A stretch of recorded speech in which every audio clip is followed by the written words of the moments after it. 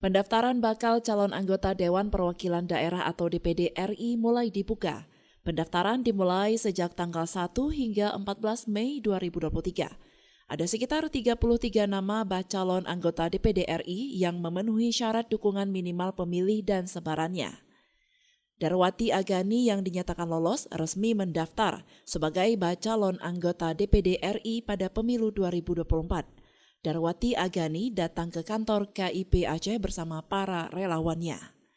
Usai menyerahkan berkas pendaftaran, saat menjumpai awak media, Darwati mengatakan untuk maju ke jalur independen merupakan kesempatan terbaik. Darwati juga mengatakan ingin memberikan kesempatan kepada kader-kader partai PNA lainnya. Dan alhamdulillah hari ini bisa mendaftar di KIP dan mudah-mudahan semua proses kedepannya juga lancar. Dan tentu pada kesempatan ini saya mohon doa dan dukungannya, mudah-mudahan saya bisa mewakili perempuan Aceh menjadi anggota DPD RI nantinya pada tahun 2024 sampai 2029.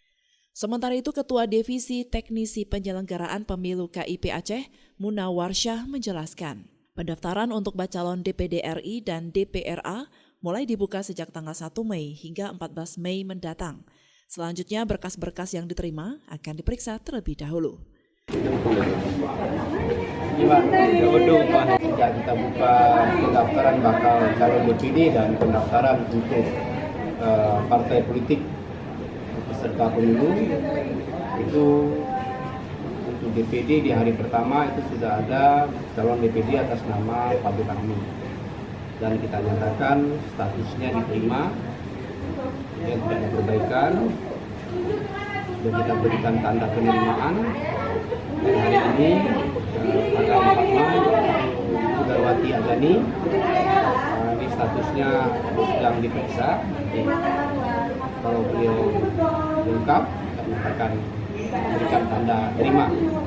Kalau tidak lengkap kita kembalikan untuk diperbaiki. Selain Darwati, bacalon DPD RI lainnya juga sudah mulai mendaftar ke KIP Aceh. Daripada Aceh, Lala Nurmala melaporkan untuk Puja TV Aceh.